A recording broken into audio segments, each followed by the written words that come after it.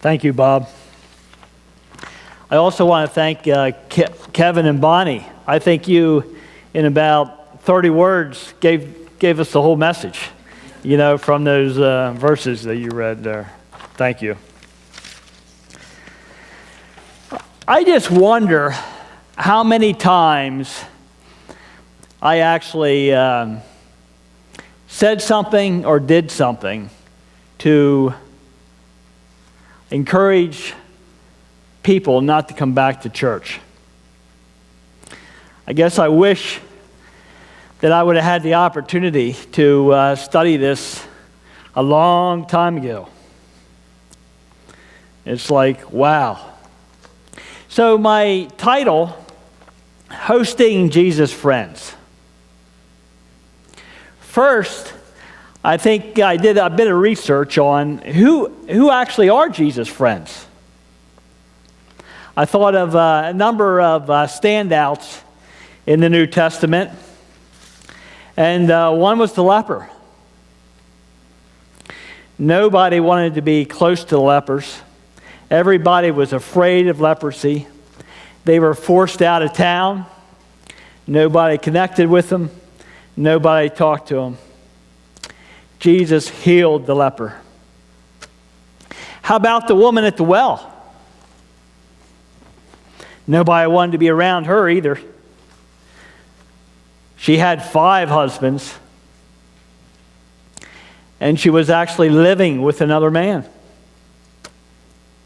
Jesus connected with her.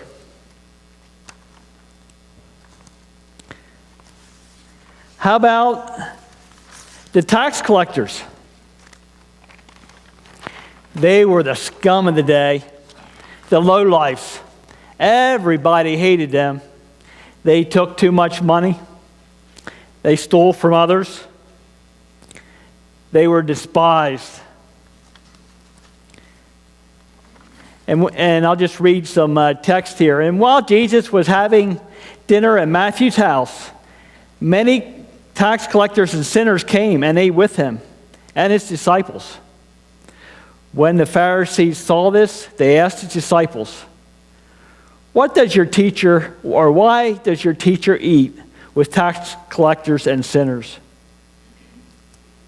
On hearing this, Jesus said, it is not the healthy who need a doctor, but the sick.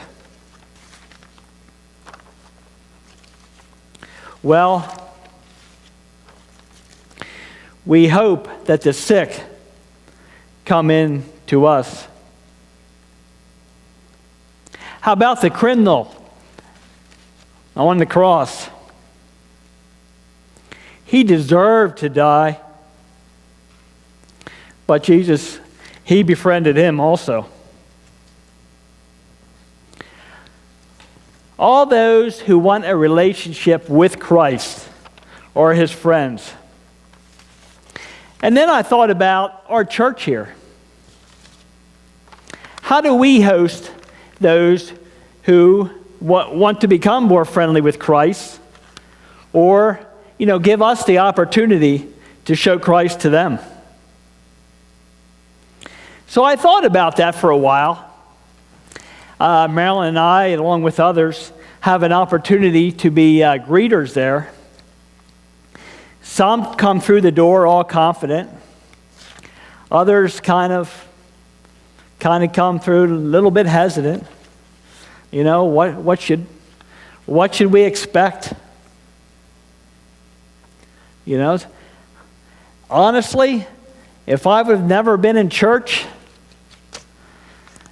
I would be scared to death. Probably more so than me preaching up here today, or anybody preaching up here today. I mean, to me, it would probably look like going to jail or something. Those walls out there, I mean, what do they hold in here? Really, I mean, if you've never been to church, it could be similar to my worst nightmare. And this is one that I have repeated several times. Now, I went to Penn State. I don't know if that's good or bad. Some of you may say it's good. Some may say it's bad. I don't know. Anyway, Penn State as a campus is probably, I don't know, I'd say a mile and a half, 2 miles long. I learned to walk fast up at Penn State because I had to get from one end of the campus to the other end in 15 minutes. And I learned to move on. Has 40,000 students, 361 classrooms in hundreds of buildings, and there's roughly 5 periods in each classroom. So it comes up with 14,440 classroom possibilities. Well, this is where my nightmare starts. When I went to school, we didn't have computers. In fact, my last year of school, I did take a computer course, but that was just kind of coming on. They would give us this pink piece of paper. It was about that deep, that long, and it spelled out where you were supposed to be, when, and where. I lost my paper. I had an idea where to go, an idea of when to be there. So my first class, I took on, and I figured out my idea, and I went to what I thought was my class. I showed up, and the class had just finished. Had no idea what the class was. I had no syllabus. And that's where I woke up. I guess I couldn't stand it any longer. So, I guess relating that back to the church here. When people walk through that door, they don't know the schedule. I mean, I guess they could have went on the internet. Some people would and some people wouldn't. They might show up late. How about the building? They have no idea. I mean, some of them may not even know where the sanctuary is.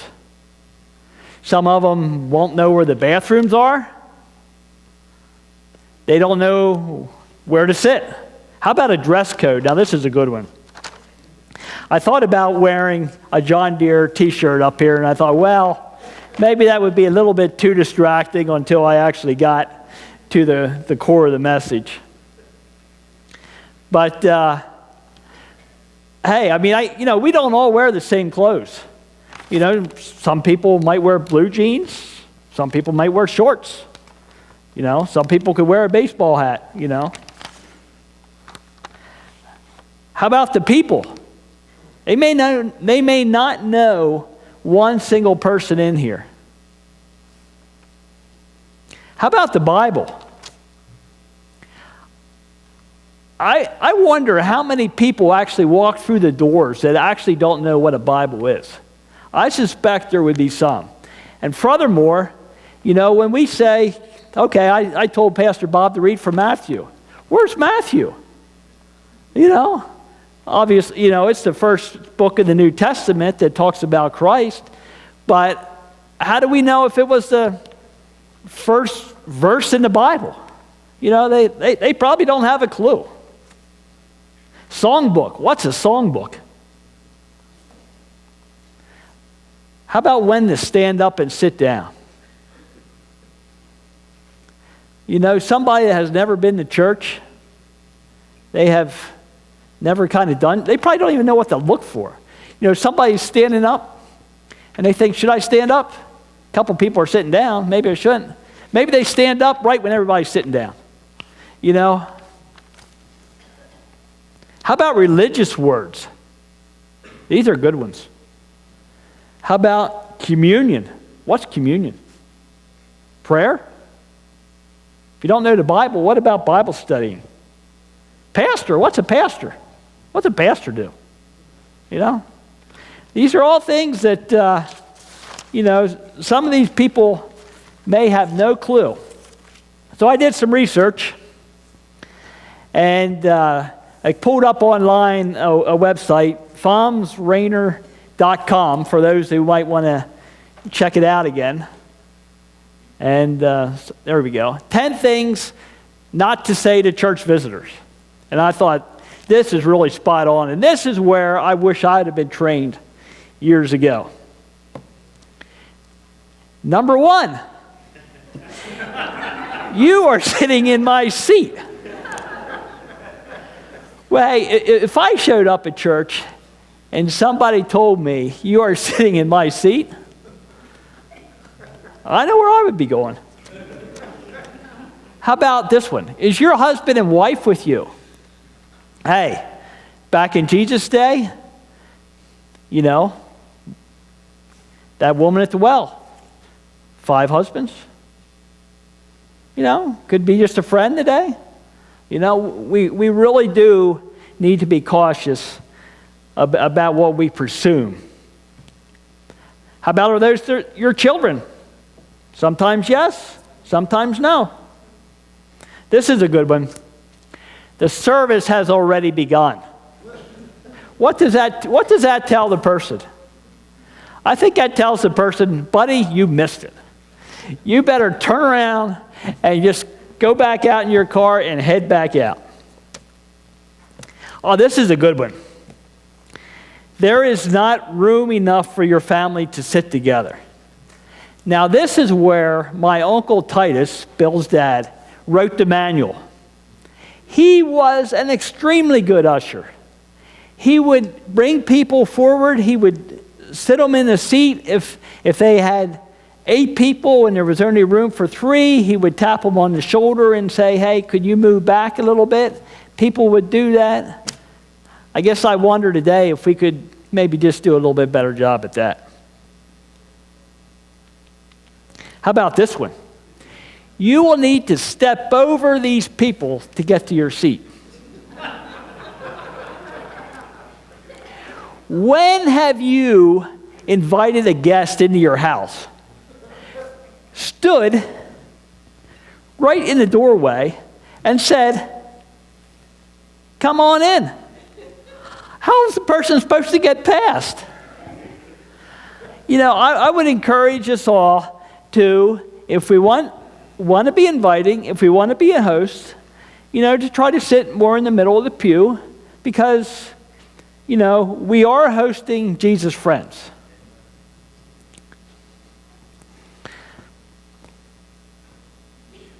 How about this one? That is not the way we do things here. I don't know what they're doing. I don't know what they do, but definitely not a good thing to say. Somebody that just came to church, they had no idea what's going on, and that is not the way we do things here. Oh, this is a really nice one. Number 8, you don't look like you are a member here. I don't know what a member looks like, but when somebody would say you don't look like a member, a little bit interesting. This is a really good one. Have you considered attending the church down the street? Well, that's like, okay, we don't want you here. So, yeah, move on. For the young ones, the nursery is really full. We don't want your kid in our nursery. No. And then I picked up a couple others that I thought was interesting also. This is a good question. What are you doing here? What do you think they're doing here? You know, it's like, I hope they're coming here to worship. I hope they want to know more about Christ. You know, I suspect if somebody walks into a church, I mean, if somebody would ask them, what are you doing here? It's like, I think you better, you know, kind of put the mirror back there and say, you know, what are we thinking? What is your address? They said that a lot of people come and really don't want to give their address. It's not like they're looking to sign up for something. So we can invite them to sign in. However, be a little bit cautious about kind of forcing people, you know, into things. And this is a good one here. You'll have to wait to join small group until this fall. If somebody wants to join small group, I sure hope we can find a group. We can make a group. We can do a group. You know? So, and then kind of going back to you don't look like a member. Next time, could you wear blank? You can fill in the blank.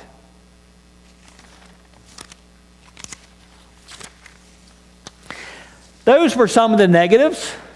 You know, we do want to avoid the negatives. But also, probably more importantly, we want to focus on positives. You know, what can we say to people to encourage them, to embrace their presence? And this is a really strong one here that I don't think I do near enough. Thank you for being here. In today's environment, if you think a little bit, do you realize how many places or things a person could be doing other than being here as one of our guests? They could be sleeping. They could be on the internet. They could be shopping. They could be going for a hike. They could be visiting a friend. They could be washing their car. They could be cleaning the house. They could be whatever. But yeah, thank you for being here. Here's a good one. Let me help you with that.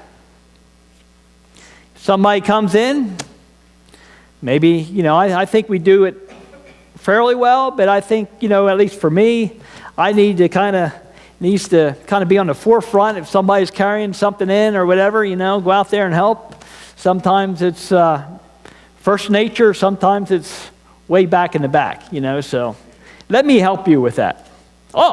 This is a really good one. We talked about getting, you know, that's my seat. The opposite. Please, take my seat.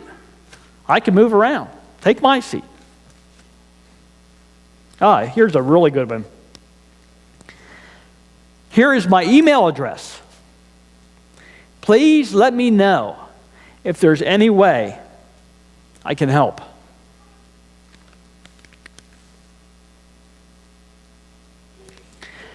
And here's a good one too, and I wonder if we shouldn't think about anyway, having a group of people that we can maybe tap on the shoulder, that if we have newcomers to say, hey, you know, how about if you just kind of adopt these people for the morning? You know, show them the ropes, you know, say, you know, give them the songbook, you know, maybe show them what we're reading out of the Bible, when to stand up, when to sit down. You know, all those things that could be quite scary. Another one here.